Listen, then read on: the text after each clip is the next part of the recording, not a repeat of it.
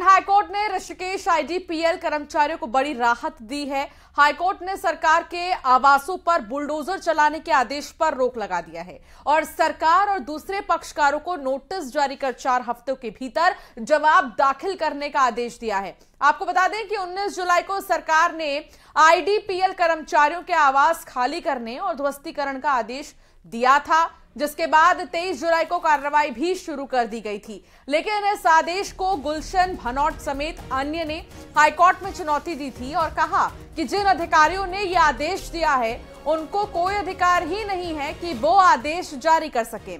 वहीं अपने पर हो रही इस कार्रवाई को इन लोगों ने असंवैधानिक बताया है और याचिका में कहा गया है कि उनको कानूनी तौर से हटाने के बजाय बलपूर्वक हटाने का निर्णय सरकार का गलत फैसला है।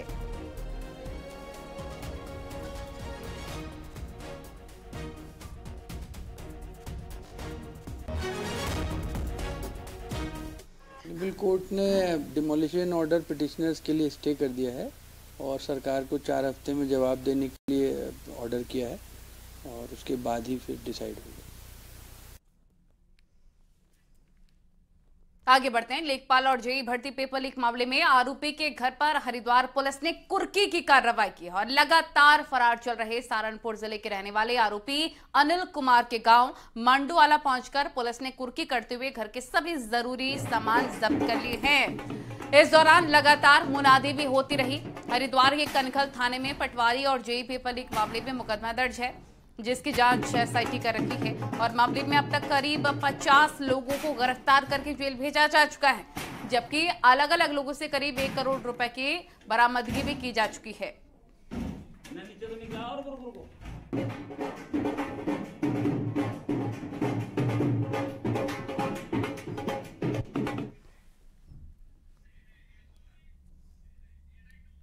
और इस बीच मुख्यमंत्री योगी आदित्यनाथ को आप देख रहे हैं, जहां मेट्रो में इस वक्त मुख्यमंत्री योगी आदित्यनाथ मौजूद हैं।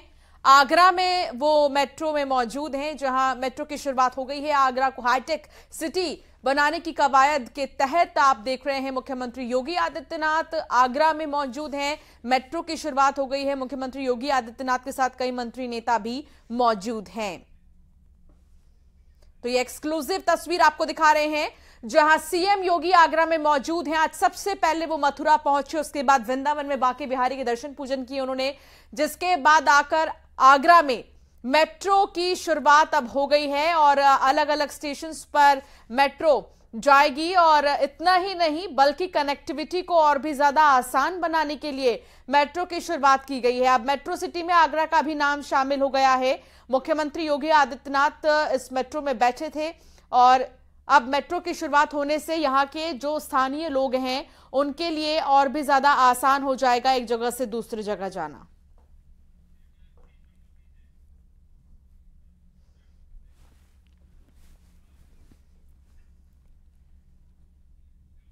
आगे बढ़ते हैं। 24वें करगिल विजय दिवस के मौके पर शहीदों को श्रद्धांजलि अर्पित की गई। साल 1999 में आज ही के दिन भारत के दुनिया के सबसे दुर्गम युद्ध क्षेत्रों में से पाकिस्तान को खदेड़कर करगिल युद्ध में जीत हासिल की गई थी। विजय करगिल दिवस पर सीएम धामी देहरादून के गांधी पार्क पहुंचे, जहां पर तस्वीरें देख सकते हैं आप। उन्होंने शहीदों को श्रद्धांजलि दी, उनकी शहादत को नमन किया है। करगिल विजय दिवस के मौके पर मुख्यमंत्री ने शहीद परिवारों के लिए एक बड़ी घोषणा की है। मुख्यमंत्री ने सैनिक कल्याण के 2 ब्रांच खोलने की घोषणा की, ताकि शहीद परिवारों को चक्कर ना काटना पड़े। ऑफिस पे देहरादून के हरबरपुर और पिथौरागढ़ के डीडी हाट में ये ऑफिस खोला जाएगा। 2 तस्वीरें इस वक्त आप देख रहे हैं।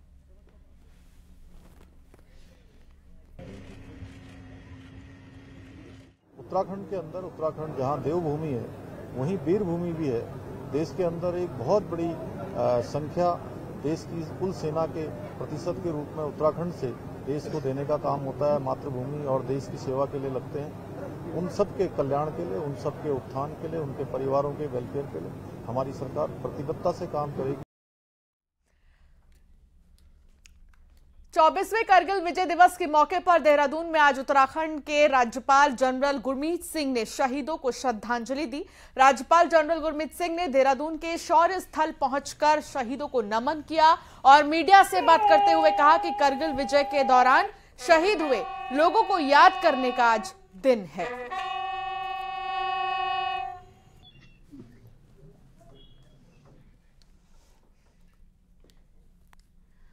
और देहरादून के डोईवाला में एरोसिटी की बात को मुख्यमंत्री पुष्कर सिंह धामी ने सिरे से नकार दिया है। सीएम धामी ने साफ कहा है कि डोईवाला में एरोसिटी का कोई प्रस्ताव राज्य सरकार में नहीं भेजा गया है। कुछ लोग बेवजह की राजनीति कर रहे हैं। मुख्यमंत्री ने इसके बाद कहा कि किसान और स्थानीय लोगों की मंजूरी के बिना कुछ नहीं होगा। किसानों की राय पर ही प्रस्ताव बनेगा और किसानों की सहमति के बिना कुछ भी नहीं करेंगे। देखिए, उस पर हमने पहले ही कह दिया है कि चूंकि एरोसिटी जैसा अभी कोई प्रस्ताव उत्तराखंड सरकार की तरफ से नहीं गया हुआ है, इसलिए अनावश्यक रूप से कुछ लोग वहां पर राजनीति करने का काम कर रहे हैं। मेरा सबसे किसान भाइयों से अनुरोध है कि जब तक किसानों की सहमति नहीं होगी तो कोई भी प्रस्ताव आगे नहीं जाएगा। यदि किसान सहमत होंगे, उस क्षेत्र के लोग सहमत होंगे, जो स्टेक होल्डर है, जो उससे प्रभावित होने वाले हैं, उनकी सहमति के बिना हम कुछ नहीं करने वाले। देखिए, उस पर हमने पहले और मुख्यमंत्री योगी आदित्यनाथ को आप देख रहे हैं जहां उनका संबोधन चल रहा है आगरा मेट्रो की शुरुआत के बाद। टूरिस्टों को उपलब्ध होगा। आज इसी का हाई स्पीड ट्रायल का शुभारंभ होने जा रहा है। यानी अब तक जो ट्रायल चल रहा था 30 से 40 किलोमीटर पर आवर का चल रहा था, 60 से 80 किलोमीटर पर भी यह मेट्रो संचालित हो पाएगी। इसका ट्रायल का कार्य आज से प्रारंभ होने जा रहा है, जिससे समय से जो प्रायोरिटी सेक्टर है 6 किलोमीटर का, ताज पूर्वी गेट से लेकर के मनकामेश्वर मंदिर तक, इस पूरे सेक्टर के 6 किलोमीटर के कार्य को फरवरी 2024 तक कंप्लीट करके इस आगरा वासियों को मेट्रो की सुविधा Uttar Pradesh metro rail corporation के माध्यम से उपलब्ध कराया जा सके, यह कार्य प्रारंभ होने जा रहा है। मुझे बताते हुए प्रसन्नता है, जहां आगरा में 29 किलोमीटर के मेट्रो के फर्स्ट फेज के कार्य को हमें तेजी के साथ आगे बढ़ाना है, वहीं साथ ही साथ उत्तर प्रदेश देश के अंदर 5 शहरों में मेट्रो का सफलतापूर्वक संचालित करने वाला देश का अग्रणी राज्य है, जिनमें लखनऊ, कानपुर, गाजियाबाद, नोएडा और ग्रेटर नोएडा में वर्तमान में मेट्रो संचालित हो रही है। कानपुर में मेट्रो का उद्घाटन प्रधानमंत्री जी के कर कमलों से पहले ही हो चुका है, लेकिन उसके आगे के फेज के कार्य तेजी के साथ आगे बढ़ रहे हैं। मुझे प्रसन्नता है कि पब्लिक ट्रांसपोर्ट की जो अत्याधुनिक सुविधा देशवासियों को प्रधानमंत्री जी के द्वारा दी जा रही है, एक तरफ मेट्रो से आगरा भी जोड़ने जा रहा है, वहीं रैपिड रेल की सुविधा भी दिल्ली मेरठ के बीच में तेजी से विकसित की जा रही है। दिल्ली मेरठ के बीच में रैपिड रेल के कार्य के पूरा होने के बाद इस दूरी को मात्र 40 मिनट में पूरी करने में मदद मिलेगी। Uttar Pradesh metro rail corporation के द्वारा समयबद्ध तरीके से अपने सारे कार्यों को मानक की गुणवत्ता को बनाए रखते हुए पूरा किया जा रहा है। यूपी मेट्रो रेल कारपोरेशन के सभी अधिकारियों को, पूरी टीम को मैं इसके लिए हृदय से बधाई देता हूं और विश्वास व्यक्त करता हूं कि आदरणीय प्रधानमंत्री जी के विजन के अनुरूप उत्तर प्रदेश की ये छठी सिटी है जिसके अंदर मेट्रो का काम युद्ध स्तर पर चल रहा है और समय से पहले यानी 6 माह पूर्व फरवरी 2024 में इस पहले सेक्टर में मेट्रो सेवा आगरा वासियों को और आगरा आने वाले सभी पर्यटक और टूरिस्ट को प्राप्त हो जाएगी। इस अवसर पर मैं आगरा के जनप्रतिनिधियों के द्वारा किए गए प्रयास के लिए, जो उनकी वर्षों से एक तमन्ना थी, आगरा वासियों के मन में जो एक भाव था कि हमारा सिटी भी मेट्रो सिटी हो, उस सुविधा के लिए उन्हें अभी से अपनी शुभकामनाएं देता हूं और विश्वास व्यक्त करता हूं कि फरवरी में जब हम इसको शुभारंभ करने के लिए आएंगे, वह एक अद्भुत क्षण आगरा वासियों के लिए होगा। और आगरावासी अपनी मेट्रो पर गौरव की अनुभूति कर पाएगा। इसके लिए मेरी शुभकामनाएं हैं। आज यहाँ पे हाई स्पीड ट्रायल के लिए, आगरा मेट्रो की हाई स्पीड ट्रायल के लिए मैं अपनी शुभकामनाएं देता हूँ और विश्वास व्यक्त करता हूँ यूपी मेट्रो रेल कॉरपोरेशन के मार्गदर्शन में, उनके नेतृत्व में यह कार्य समयबद्ध तरीके से आगे बढ़ करके हम आगरावासियों को और यहाँ आने वाले टूरिस्ट को पब्लिक ट्रांसपोर्ट की इस बेहतरीन सुविधा का लाभ देने में सफल होंगे। इसके प्रति मेरी शुभकामनाएं हैं। धन्यवाद। सर, मुख्यमंत्री योगी आदित्यनाथ को आप देख रहे हैं, जहां मेट्रो के ट्रायल रन की शुरुआत हुई है सिर्फ अभी, लेकिन फरवरी में इसका शुभारंभ मुख्यमंत्री योगी आदित्यनाथ करेंगे। आगे बढ़ते हैं। मुख्यमंत्री के इनकार के बाद भी उत्तराखंड में डोईवाला में आज किसानों ने महापंचायत की है, जिसमें किसानों के साथ भारतीय किसान यूनियन के नेता राकेश टिकैत भी इसमें शामिल हुए और किसानों का कहना है कि उनका विरोध जारी रहेगा। वहीं राकेश टिकैत ने कहा कि हम अपनी जमीन नहीं देंगे और अपने कुनबे को हम बचा रहे हैं, उसकी ही पहरेदारी कर रहे हैं और आगे भी ये प्रदर्शन जारी रहेगा।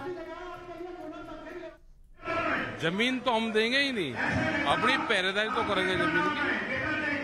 एक ट्रैक्टर मार्च निकाल लेंगे, इन सारे गांवों को सक्रिय करेंगे और बड़ी बड़ी पंचायतें हम यहाँ पे और करेंगे। आगे भी सर हमारा ये बिल्कुल चलता रहेगा। आगे क्या क्या स्टेप होगा? इस टाइम ट्रैक्टर मार्च निकलेगा, वो उनसे निकलेगा इस टाइम का।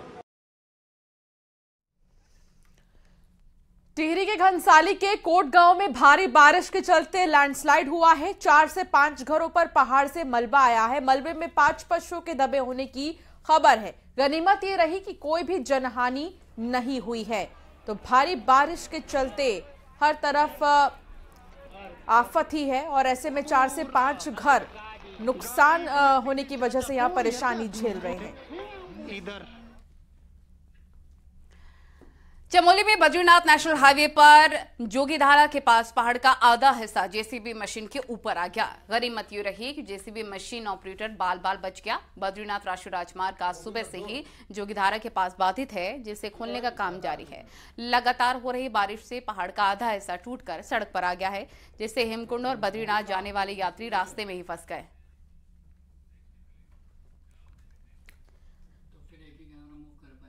जोशीमठ के आसपास लगातार बारिश हो रही है और ऐसे में हर तरफ तबाही का ही मंजर देखने को मिल रहा है। जोशीमठ से औली को जोड़ने वाली रोड पर बड़ी बड़ी दरारें पड़ गई हैं। लगातार हो रही बारिश और बारिश का पानी नालियों की बजाय सड़क पर बह रहा है, जिसकी वजह से सड़क लगातार क्षतिग्रस्त हो रही है और इससे लोग बहुत परेशान हैं।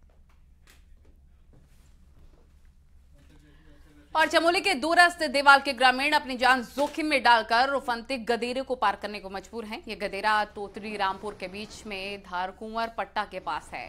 तस्वीरें देखिए आप, किस तरीके से उफनते नाले को पार करने के लिए ग्रामीण मजबूर है। ऐसे में एक छोटी सी गलती भी जान पर भारी पड़ सकती है। लेकिन पहाड़ी क्षेत्रों में लगातार हो रही बारिश और पुल न होने के चलते ग्रामीण रोज ऐसी ही मुसीबतों का सामना कर रहे हैं।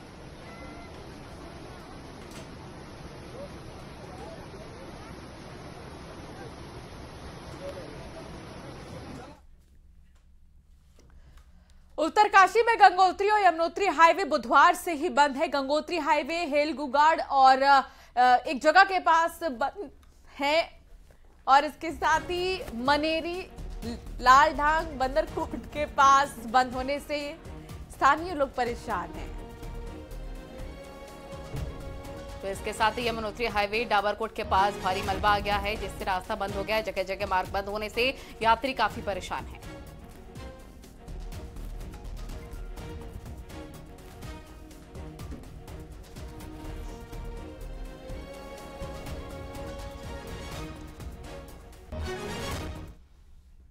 और विकासनगर में पचवा निवासी बरसात के मौसम में कुदरत का दोहरा प्रकोप झेलने को मजबूर हो गए हैं और एक तरफ जहां पर आफत की बारिश ने लोगों का घरों से निकलना दूभर कर दिया है, वहीं अब घर के अंदर फन फैलाए जहरीले सांपों के घुसपैठ से लोग काफी ज्यादा खौफजदा हैं। हालांकि सूचना पर वन विभाग सांपों को रेस्क्यू करके जंगलों में छोड़ रहा है। वन विभाग का कहना है कि अभी तक 100 सांपों का रेस्क्यू किया जा चुका है।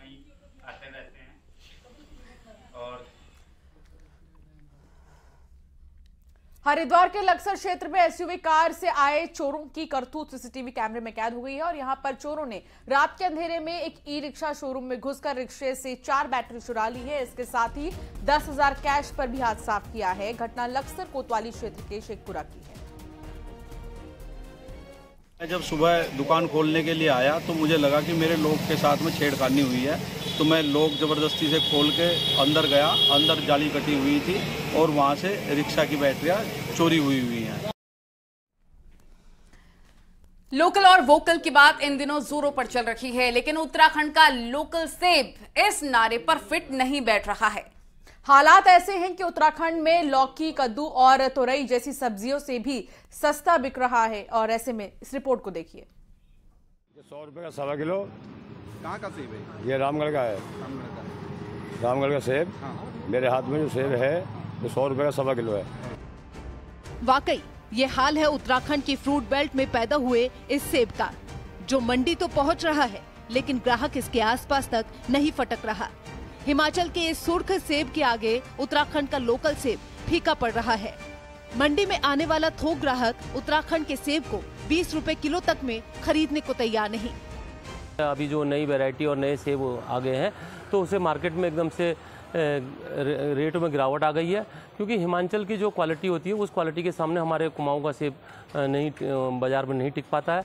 दरअसल उत्तराखंड में इस साल सेब की फसल तो खूब हुई है, लेकिन ना तो दानों का साइज है और ना ही रंग। ऊपर से लालच के चक्कर में पैकिंग में बागवानों की चालाकी से रही सही कसर पूरी हो रही है।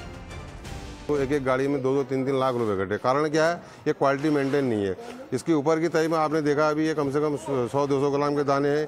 उसके बाद नीचे वाले में आगे 50 और सबसे नीचे वाली में आ गए ये अंठी, जैसे गुल्ली अंठी बच्चे खेला करते वो आ गई है। हम बिहार, बंगाल, झारखंड सब जगह लोडिंग कर रहे हैं। हर गाड़ी में हमें 2 लाख घट रहा है, 1.5 लाख घट रहा है, 1 लाख घट रहा है, इसी वजह से, क्योंकि इसकी क्वालिटी कुछ नहीं है।